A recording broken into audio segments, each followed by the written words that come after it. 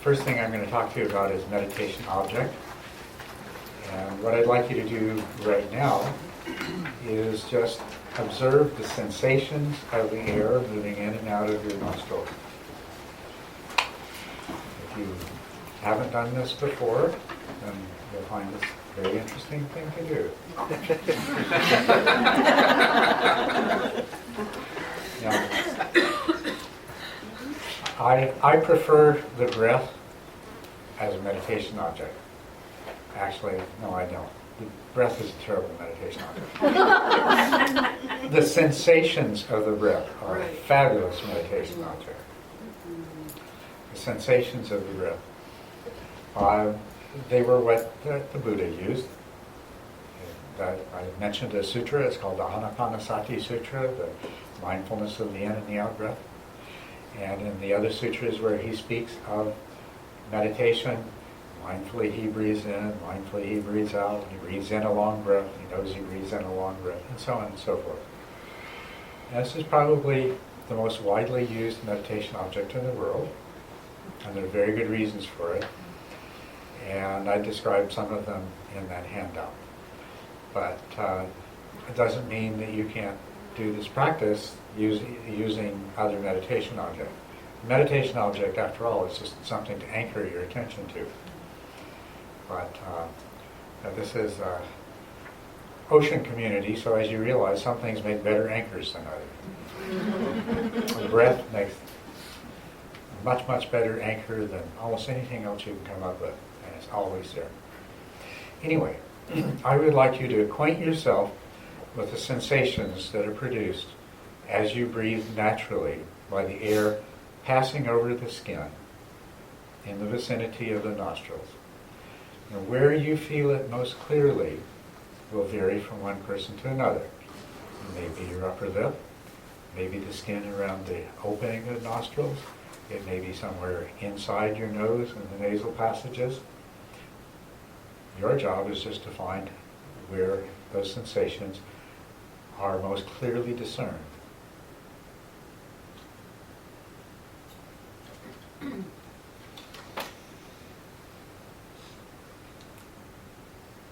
it may be a small area, no bigger than a pencil eraser, or it may be an area that's 2 inches across. It may be that you can feel the in-breath sensations more clearly in a slightly different location than where you feel the out-breath sensations. So then you would make the area that you focus your attention be one that encompasses both of those.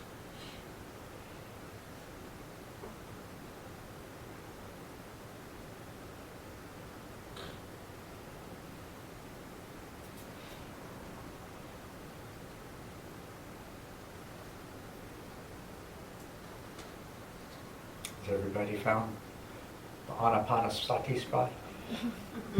The Anapana spot? The sensations occurring there as you breathe naturally will be your meditation object to anchor your attention on. Is there anybody that's having difficulty finding that place? I don't feel it anywhere. Okay. Not on the surface. How about... Not on the surface. do you feel it internally? Inside your nose? Just the movement. Okay. Try at the abdomen. Can you feel the rising and falling of your abdomen as you breathe? Okay. You use that as your Anapana spot. Okay. Now remember, it's the sensations. Breath, air, nose, in, out, all these other things are fantasies made up by your mind. They may seem real, but the only thing that's real are those sensations. So that's what you want to pay attention to. Don't follow the breath out of your body, and don't follow the breath into your body, because that's more imagination. Just notice what's actually there.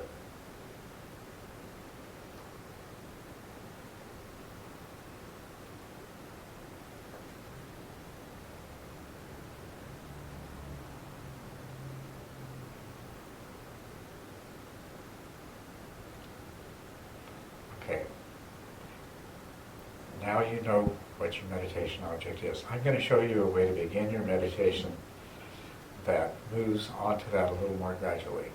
So, what I want you to do now is adjust yourself as comfortably as possible.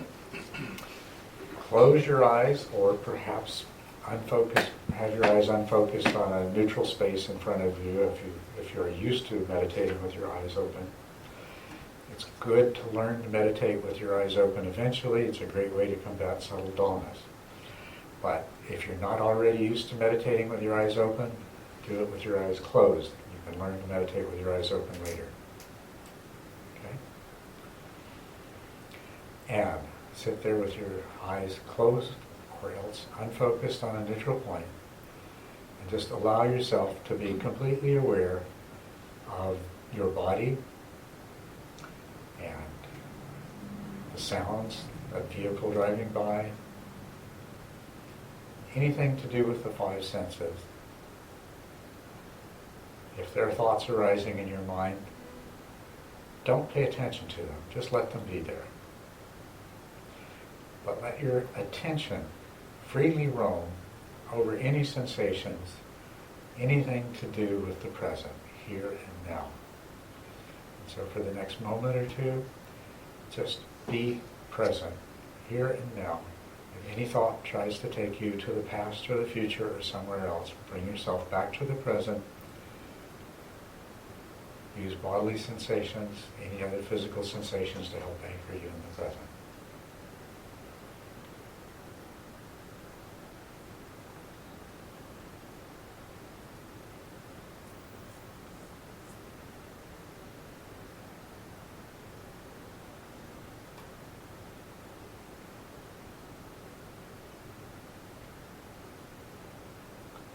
This is the only limitation on the movement of your attention for the moment.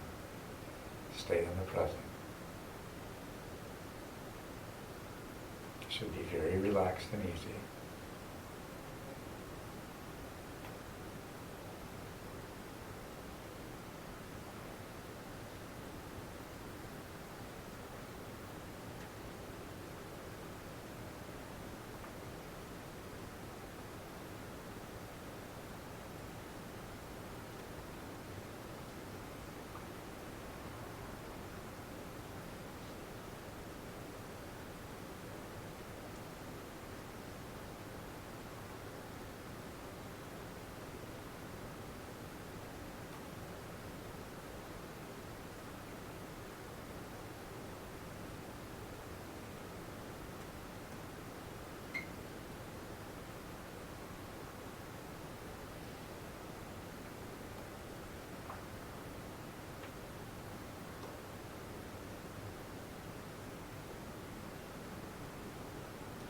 Now for the next step, confine the movements of your attention to sensations on or in your body. So that means keep attention from going to sounds or smells or anything outside of the sensations in your body. Let your attention move freely there. If you find any tension anywhere, let it go. If you need to make any final adjustments to your posture to be completely comfortable, go ahead and do it now.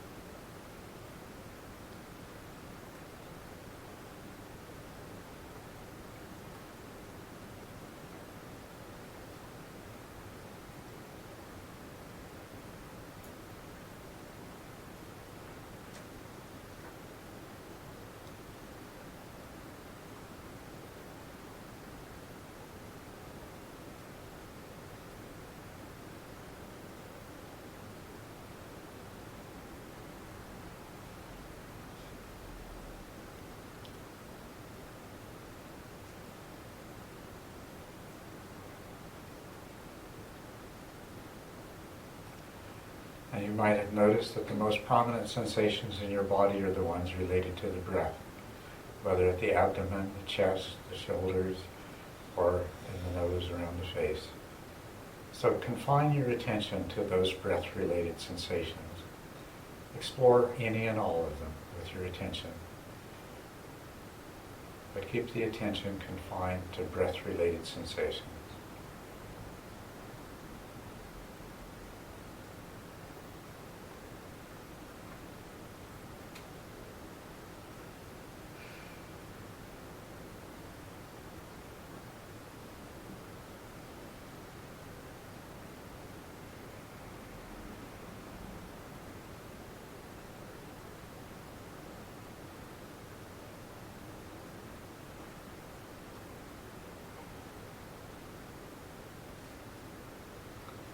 When I say your attention is confined to the breath-related sensations, let your awareness encompass anything and everything else.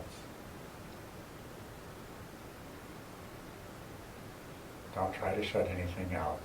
It's only the movements of attention that you're restricting.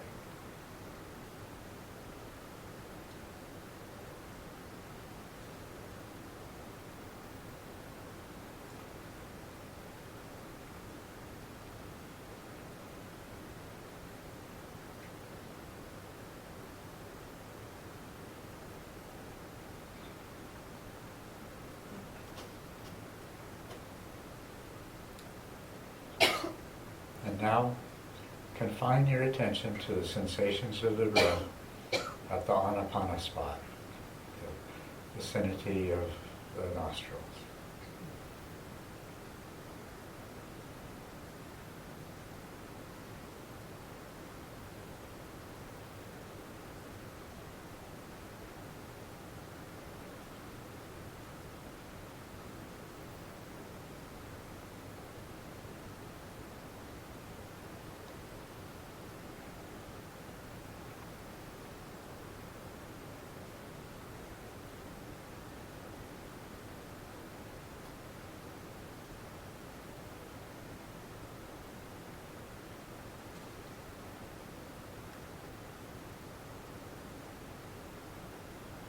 You might like to count 10 breaths. At the end of the next exhale, count to yourself 1, and then continue that way. If you lose track of the count, or if you realize that you've missed being conscious of either an inhale or an exhale, begin the count over again. When you've reached 10 breaths that you've been able to follow continuously, continue to follow the breath without counting.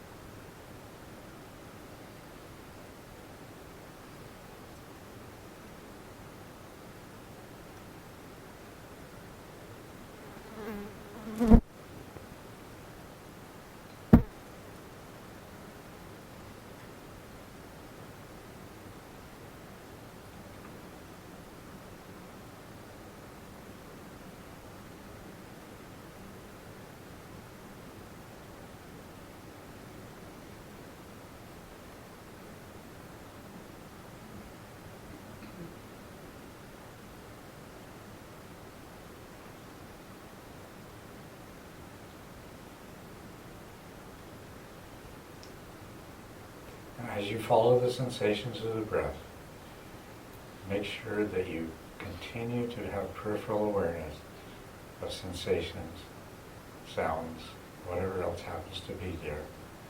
Maybe thoughts. Don't let them take your attention. Allow them to be there in the background.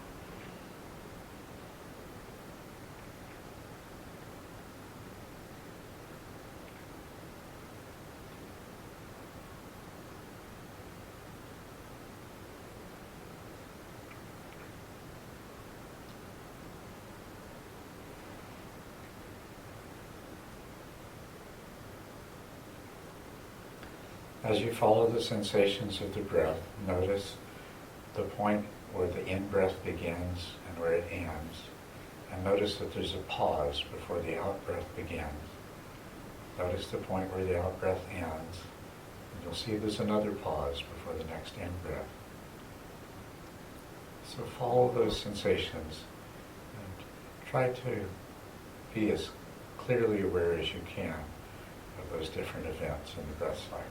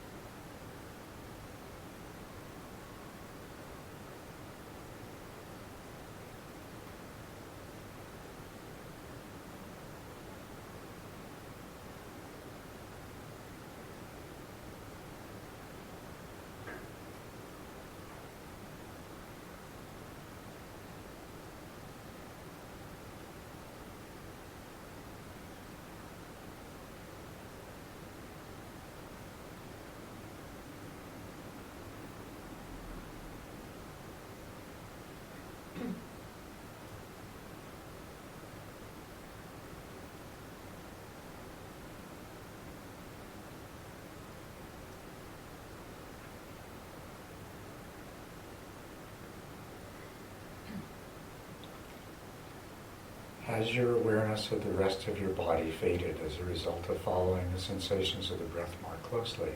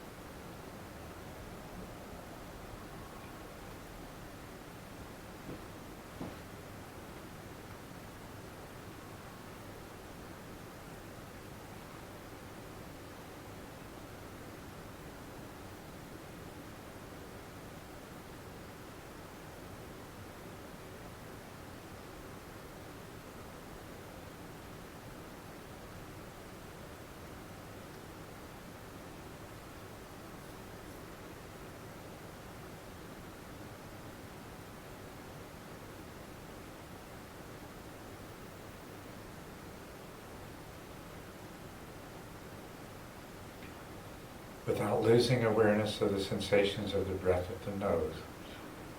Expand your awareness of the body. Become very aware of the body sensations. But don't lose the awareness of the breath.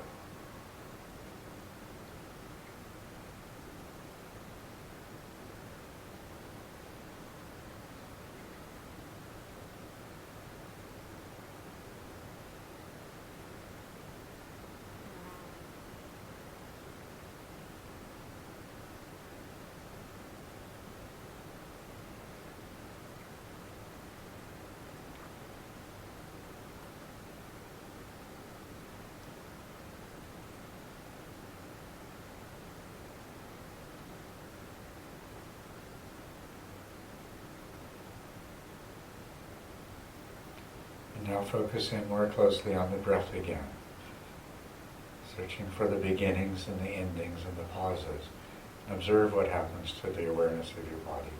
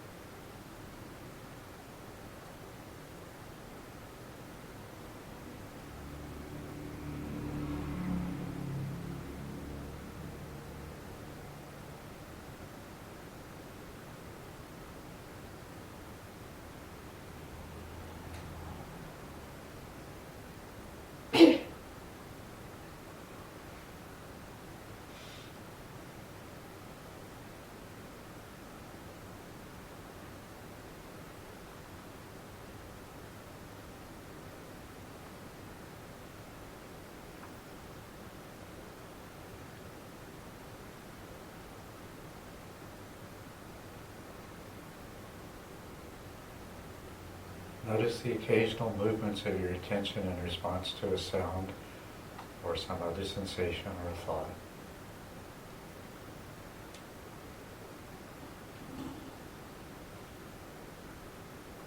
Just observe that behavior of mind.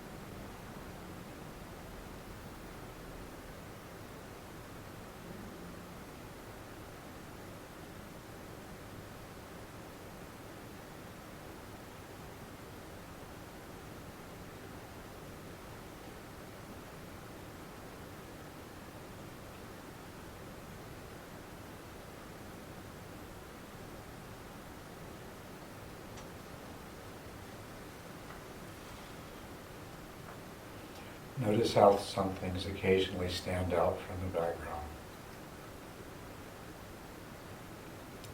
and how your attention is inclined to move towards them when they do.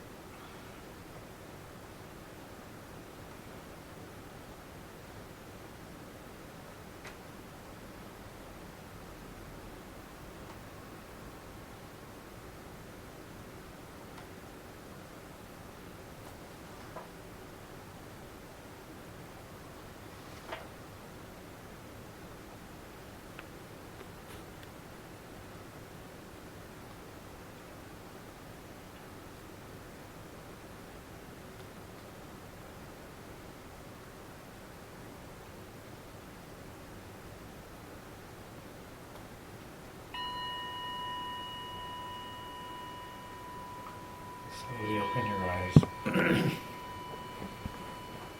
This is a short meditation. We'll do a longer one together when we get together tomorrow afternoon. But I wanted to have a little chance for question and answer and just talk to you a little bit more about the practice.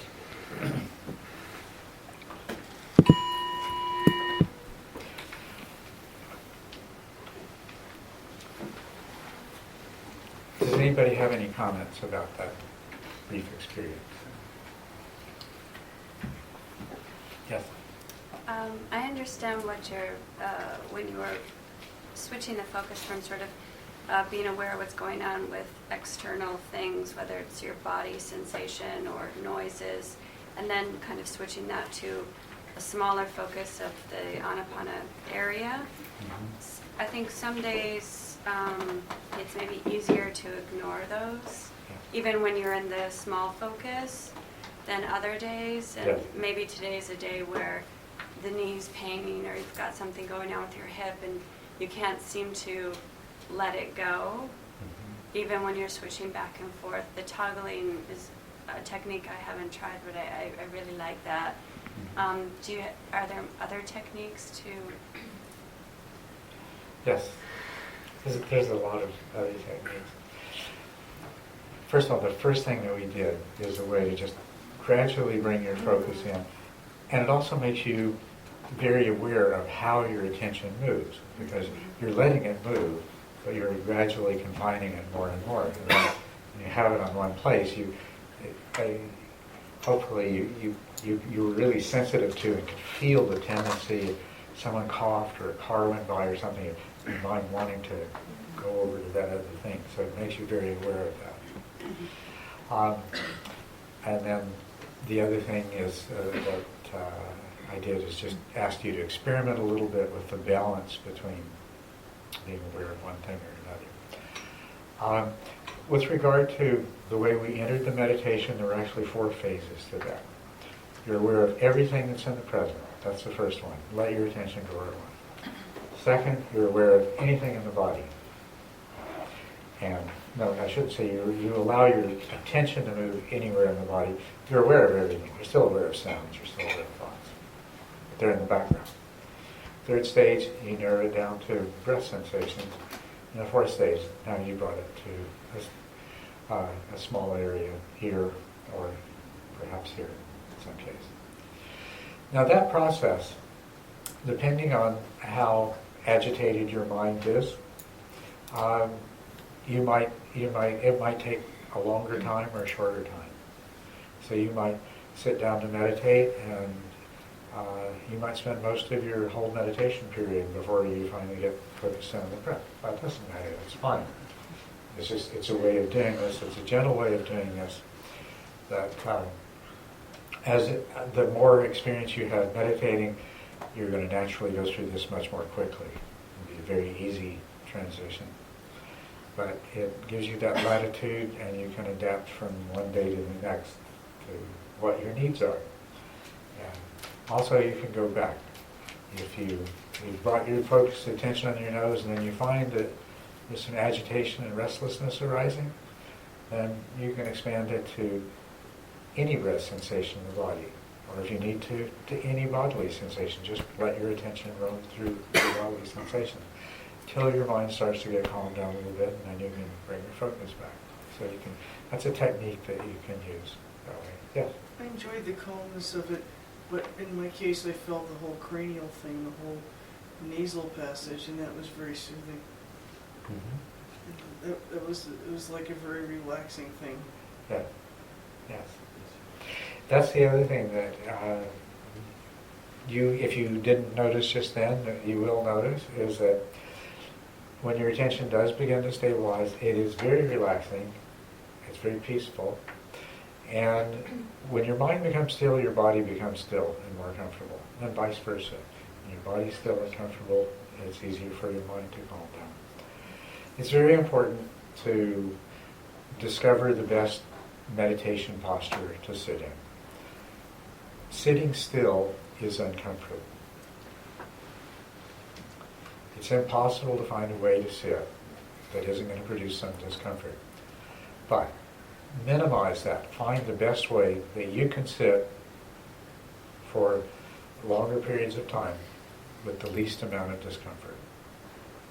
And experiment with different ways of doing that. But don't expect to eliminate all discomfort. Yes?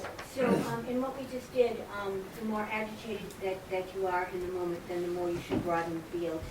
And then as you get less and less agitated, then you can start to narrow it to go to the body and then to the breath. Is that correct? Yes, that's a very effective way of dealing with it. Especially if the agitation is in the form of thoughts, mental activity. Because if you're paying attention to bodily sensations, then that naturally tends to calm down mental activity. And so it's a very good antidote for that. So you can go to the sensations, and then when you feel you're starting to get calmer, then you can go back. Did anybody experience forgetting what they were doing and their mind was wandering?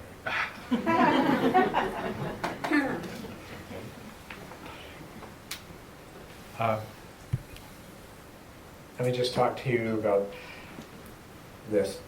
As you noticed, you're focusing your breath, or you're focusing your attention on the sensations of the breath at the nose. You're aware of many things in your peripheral awareness.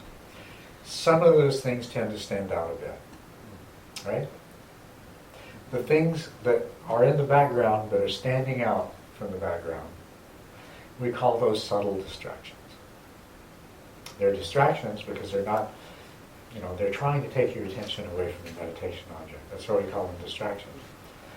But so long as they remain in the background, just tempting the attention to move, we call them subtle distractions.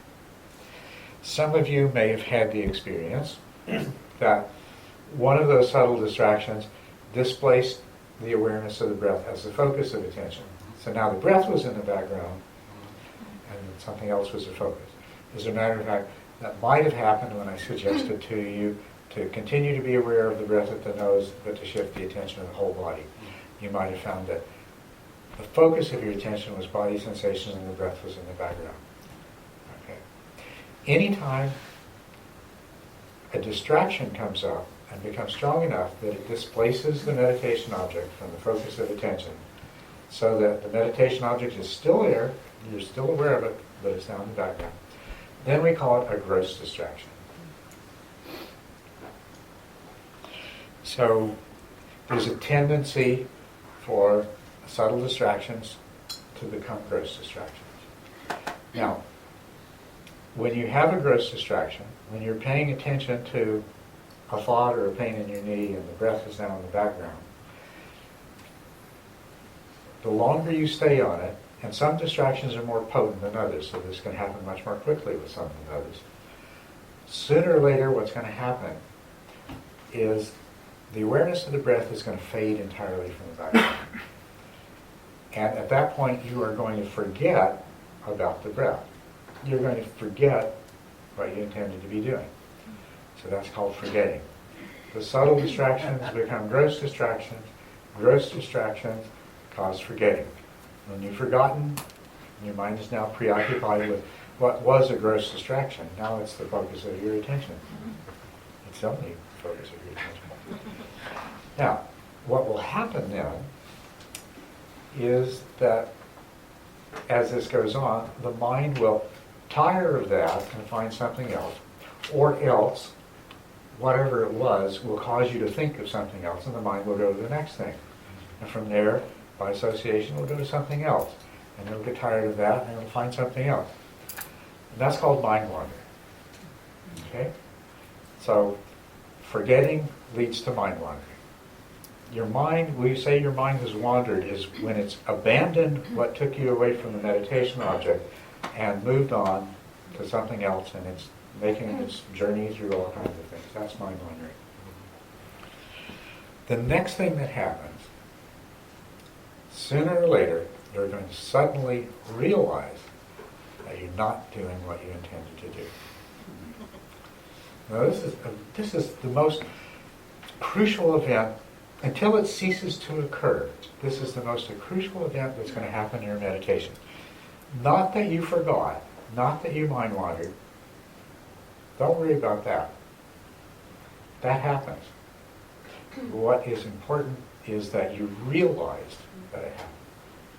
You awoke to the present moment. Did any of you have that experience where you realize, and it's like waking up. It's like, oh, yes. If you compare the quality of your mind in that moment to what it was just a few seconds before when you were lost in that thought, you are distinctly more awake, aware, totally present. And it's good. It feels good. It's delightful. If you notice the quality of that moment, I think you can honestly say, that's how I'd like to be all the time. Okay? And that's what's important. To recognize that, appreciate that, savor that. And then, once you've fully appreciated the fact that you've come back to the present moment, you've awoken, gently bring your attention back to the breath. And try to retain that sense of being present for as long as you can. You'll lose it again, but try to sustain it as long as you can. Now, that event where you realized that you weren't doing what you intended to do, did you do that on purpose? Did you do that? Did you make it happen? No. It's a great example of a totally unconscious process that you have absolutely no control over. You cannot make it happen. It's the one thing you most want to happen. You want it to happen as soon as possible and as often as possible, but you have no control over it. Yeah? I find sometimes if I can't get my mind off something, I'm trying to go to sleep, I can't get my mind off something. Focusing on my breathing helps me get my mind off it. And just focusing on the sound of my breathing and the sensations. Sometimes that'll just help me go to sleep quicker. Yes, and that's a nice feeling. That is that same principle that I was talking about a moment ago. If you put your attention on bodily sensations, then mental activity calms down, quiets down. That reminded me of sometime, there were a couple of times I had some dental work done and they gave me nitrous oxide as the total, and you could feel the breathing. And in the breathing, as I was feeling the breathing, I felt like I was going in circles, like in a tunnel. And then when I had my eyes closed, I could see the dentist put restraints on my feet so I wouldn't fall. But I could feel the breathing, and the breathing had like a sound, kind of a metallic sound and a spinning sensation. Yeah. Yeah. That's interesting. I'm not sure what it... I'm not sure if you were trying to make a point or something. It was just kind of an interesting... just an interesting observation. Well, thank you. Let me go back to what I was saying. I was getting to something here. I'm sorry. That this event of realizing that you weren't doing what you intended is something that's not under your conscious control. That is something you can influence. I said that what you're going to do is you're going to use your conscious mind to train your unconscious mind. That's an unconscious mechanism. And you're going to train it through positive reinforcement. When it happens, you're going to notice, you're going to appreciate, you're going to enjoy, you're going to congratulate yourself, pat yourself on it, whatever it takes to positively reinforce that. And the more often you do that, then that is going to start happening more often. Your periods of mind wandering will become shorter. Eventually, you won't have mind wandering. You'll have forgetting, but your mind won't wander. It will happen that you realize this before your mind has gone on to the next topic and the next one and the next one. So this is how you're going to succeed in training your mind. Is by positively reinforcing this good, desirable thing that's happened. And it will respond very strongly. The worst thing that you can do is when you realize that your mind's been wandering and say, not again. Because that's negative reinforcement. And the forgetting happened a long time ago. What just happened was the good thing. And if you if you have a negative reaction, you're doing exactly the wrong thing. You're negatively reinforcing the positive event. Not to mention the fact that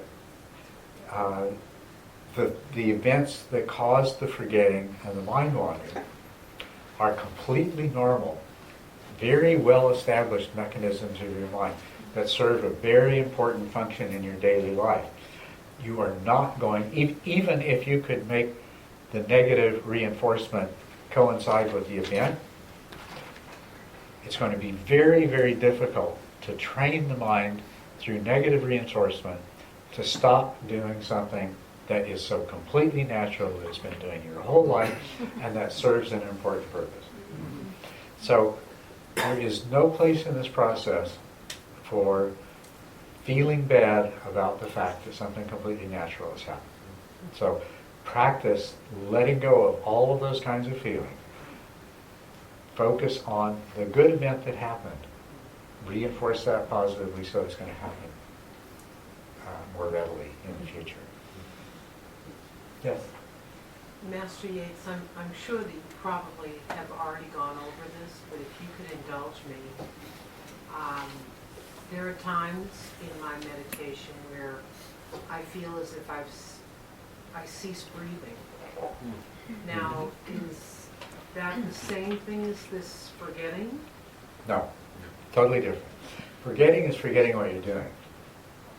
Forgetting is where you lost the breath because your mind has glommed onto something else. What you're talking about, especially as your concentration becomes deeper, you become more focused, your breathing will become very shallow. And sometimes it can become so shallow that it's difficult to continue to follow the breath. Now,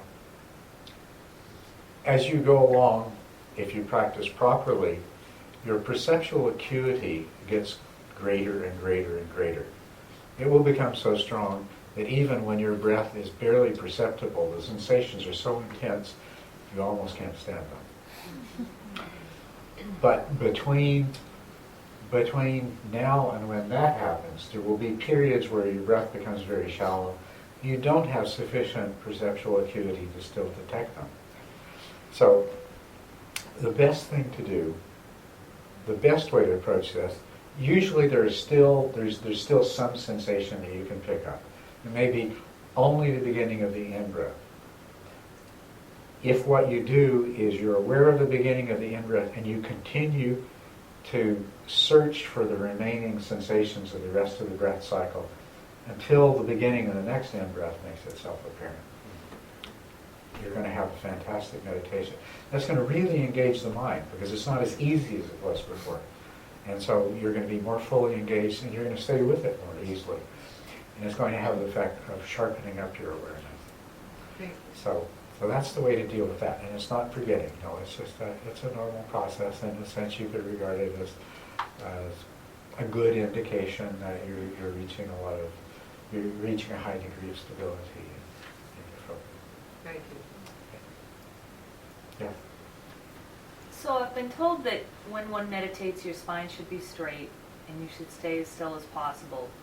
And as I'm meditating and I can feel my posture slouching, but I'm trying to stay still, is there anything not beneficial about, as you're inhaling, just being aware of your posture and straightening yourself back up, or should you just let yourself continue to slouch? No.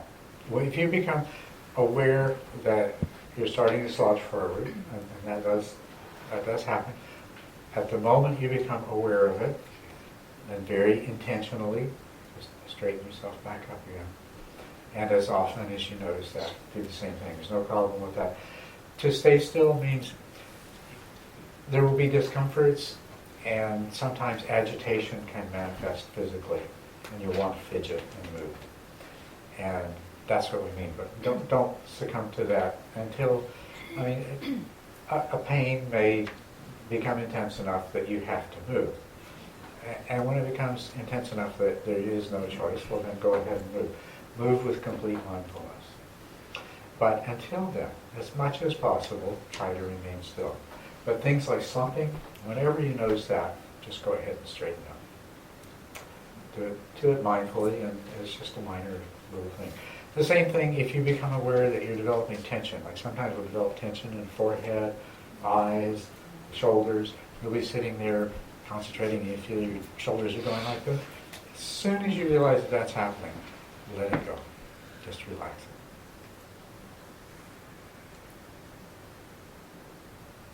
it. Yes?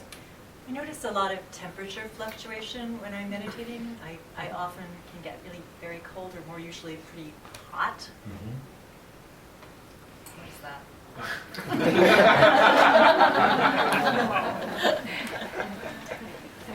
Well,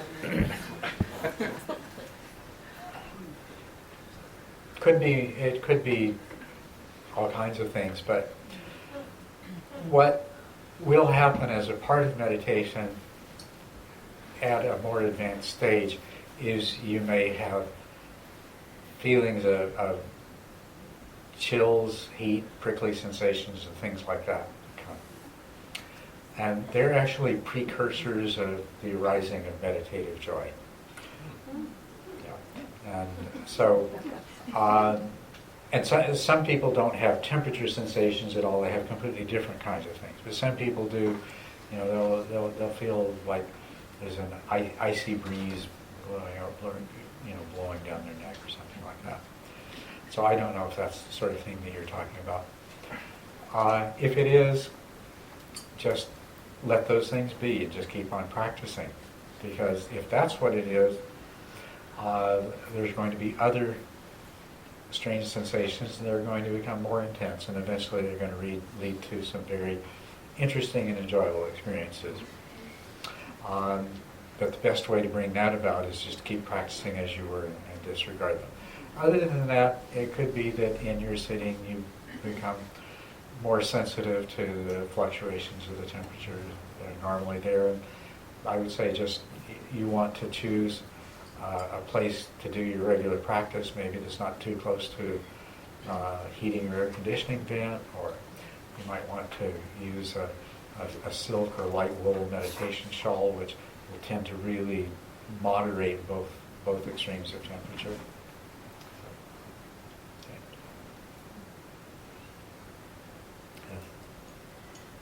Sometimes when my mind is drifting from my object of meditation, it can go to some places that give some really wonderful insights. Yeah. Yes. And then I find myself saying, well, that's not what you're supposed to be meditating about. So, but at the same time, I can feel afterwards when I come out of the meditation, there's some benefit from that. Yes. That's what I was talking about earlier. In the fourth stage,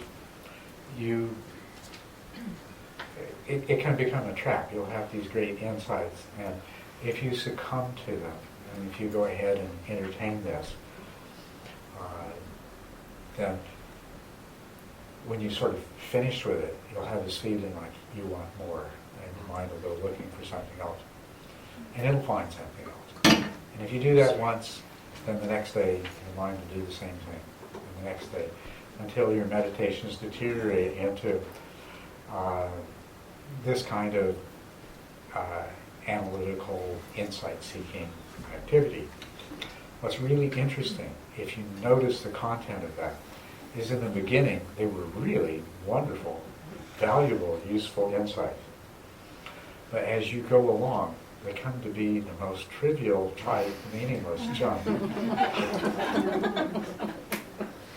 So the thing to do with that is when something comes up that seems really good and really brilliant, then make a careful note of it and put it in your mental pocket. Say, okay, I'm going to come back to that later. If it was really worth paying attention to, it'll still be there later. Okay?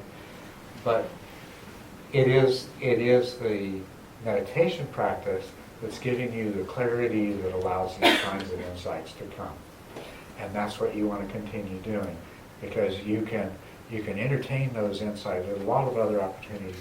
As a matter of fact, if it happens very often and they're a very useful thing, what I would suggest is that you set aside a separate period of time for doing analytical meditations. You sit down, do the breath meditation until your mind gets calm and clear, and then intentionally bring that up and think about it. But it is a completely separate practice, so you don't mix the two.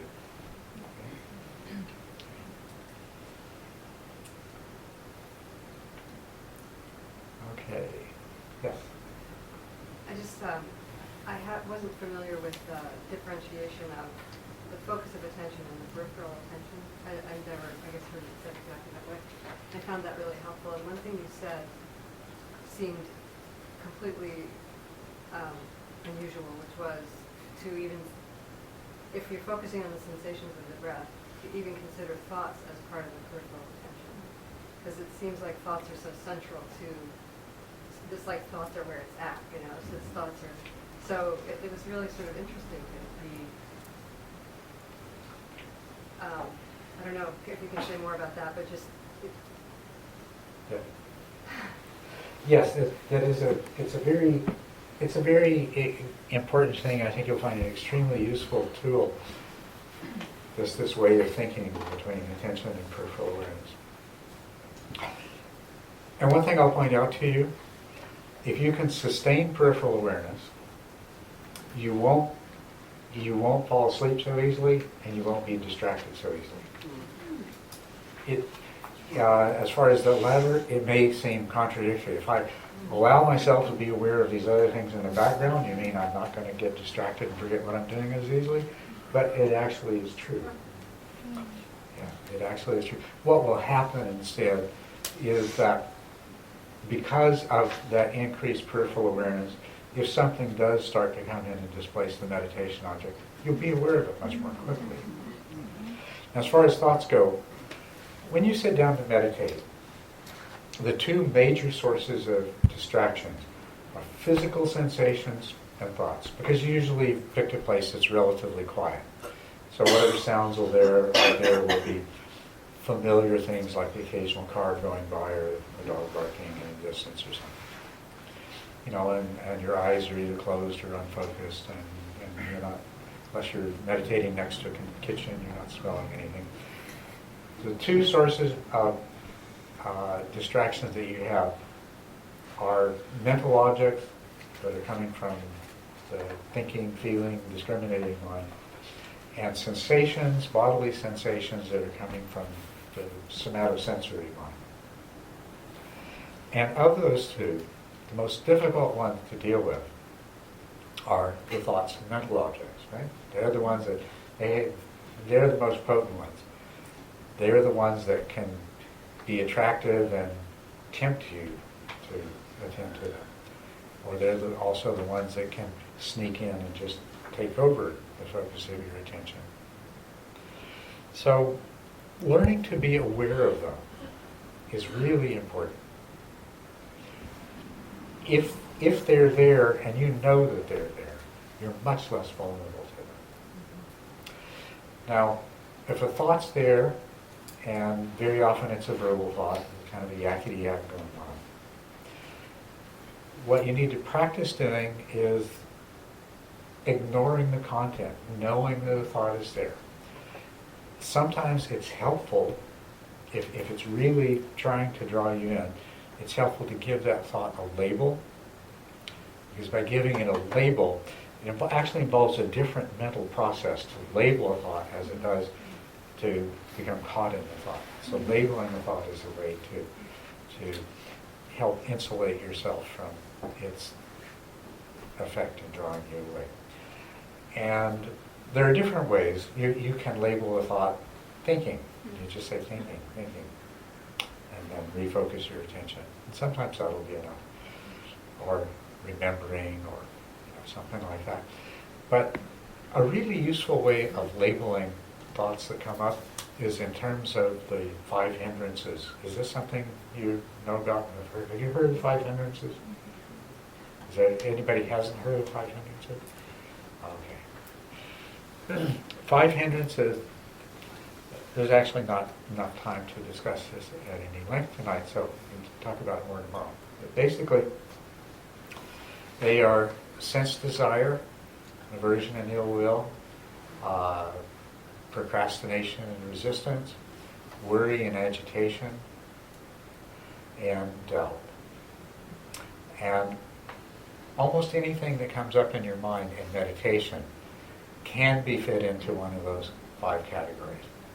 You're thinking about something to do with your life, and it's most likely going to have something to do with desire, worldly desire. Or it may, if you had an argument with somebody or you're upset about something, it may have to do with ill will and aversion. It's going to fall into one of those categories. And so becoming familiar with the 5 hindrances, be very familiar with the 5 hindrances, will allow you to recognize them and label thoughts in meditation easily. But even more beneficial than that is these are the same 5 hindrances that are getting in the way of all kinds of things in your daily life. And you'll start to be aware when they're there and they're getting in the way. So that's a big help. But we can talk more about those when we have more time. I know that you probably all have places to go and have things to do tonight. Are there any last questions? And I don't want to leave anybody. Yes.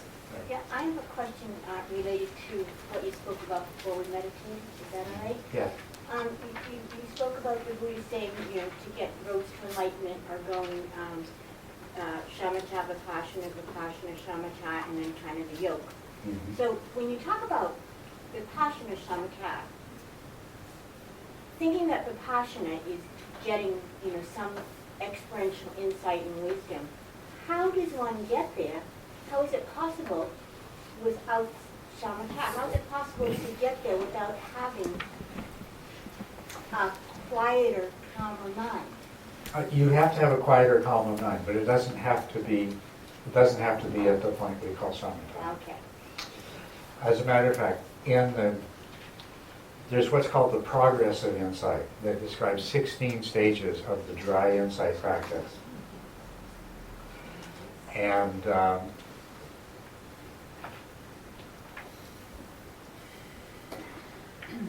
the true beginning of insight is said to be at a stage called the arising and passing away. That's where you have enough concentration that you can be aware of the individual arising and passing away of things. At that point, you have enough concentration that you'll have piti, you'll have meditative joy arises, and you'll experience tranquility and equanimity, not fully developed, but these in its preliminary forms. And in the dry insight practice, these are called the defilements of insight. Because if at that point you've developed enough concentration to have these arise, it can be very tempting to say to yourself, oh, this is it, I've succeeded, I'm enlightened now, I'm quit. You have to have that degree of concentration.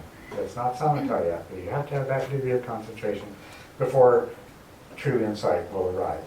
What follows the knowledge of arising and passing away is what's called knowledge of disillusion. Dissolution, dissolving. Because your mind has become really sharp, and of course in this practice, your mind is moving quickly. You've trained it in such a way that it's hitting on everything that happens, and it's labeling or noticing everything that happens.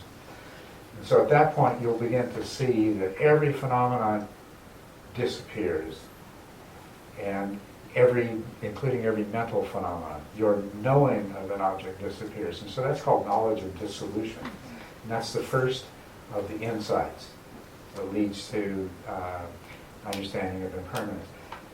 After you've had experience of all these insights, you get through, then toward the end of the process, then you have the knowledge of equanimity towards formations. And that's the samatha. So you actually developed, you cannot do insight without a minimum level of concentration, which corresponds to about stage 6 in the development of samatha. So insight can start with that much concentration, but that insight cannot mature into enlightenment until you've experienced the 10th stage, samatha. Thank you.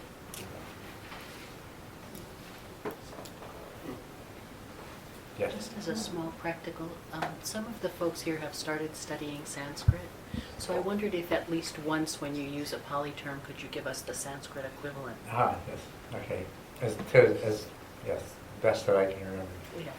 So, sati would be smriti, and piti, meditative joy, would be priti. Samadhi is the same in both. Samatha is shamatha, vipassana is vipassana. So, did I mention any others? There were two that I don't remember. I'll go back and listen to Okay. those tomorrow. The words for remembering, maybe? Oh, that was Smriti. Yeah, well, yeah, smriti is that's mindfulness. Actually, this is something. This is one of those odd situations where the words have taken on different meanings in the two different languages. Because if you look at the Sanskrit-based literature, they'll refer to smriti as remembering, and in Pali, that's not what it means. It means mindful awareness.